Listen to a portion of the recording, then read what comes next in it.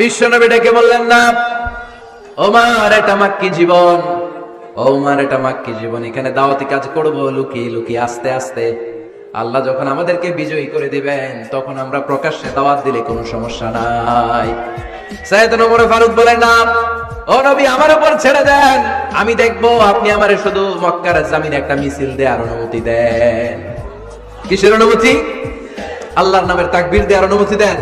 বিশ্বনবী বললেন ঠিক আছে, সাবধানে তাকবীর দিও। ওমর ফারুক তাকবীর দেওয়ার জন্য লোক খুঁজতে আরম্ভ করলেন। মুসলিম 11 জন সাহাবাকে খুঁজে পেলেন। কয়জন? ওমর ফারুক বললেন 11 জনই চলবে। 11 জনকে 2 লাইন করলেন। কয় লাইন? পিছনে 6 জন, সামনে 5 জন। পিছনের লাইনের নেতা বানিয়ে দিলেন বিশ্বনবীর চাচা হামজা ইবনে আব্দুল মুত্তালিবকে। প্রথম লাইনের 5 জনের নেতৃত্ব দিতে আরম্ভ করলেন সাইয়েদনা ওমর ফারুক নিজেই।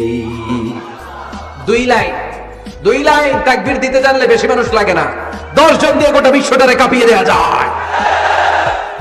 11 জন, 6 আর 5। ওমর ফারুক সামনে দাঁড়ালেন। ওমর ফারুক সামনে দাঁড়িয়ে এবার আল্লাহর নামের স্লোগান দিবেন। ওমর ফারুক বলেন আমরা খুব লম্বা চূড়া স্লোগান দেব না, খুব ছোট্ট।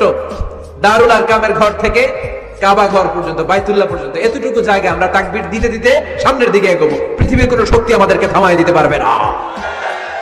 ওমর ফারুক তখন এক বাক্যের একটা ভাষণ দিলেন। কয় বাক্যের? ওমর ফারুক সামনে দাঁড়িয়ে বললেন, মান আরাদা আন তাসকুলা উম্মু ইয়া জামা ওয়ালাদু তারমিলা যাওজাতুহু ফালিয়াসুদ্দানি। কে আছো? মান আরাদা আন তাসকুলা উম্মু, কে আছো মায়ের বুক খালি করতে চাও? ইয়া জামা ওয়ালাদু, কে আছো বাচ্চাগুলারে, সন্তানগুলারে ইতিম বানাতে চাও? তারমিলা যাওজাতুহু, কার এত বড় বুকের পাটা আছে দেখি, কে আছো স্ত্রীকে বিধবা বানাতে চাও?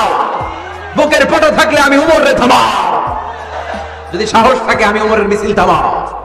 ওমর ফারুক শুরু করলেন আল্লাহু আকবার, আল্লাহু আকবার।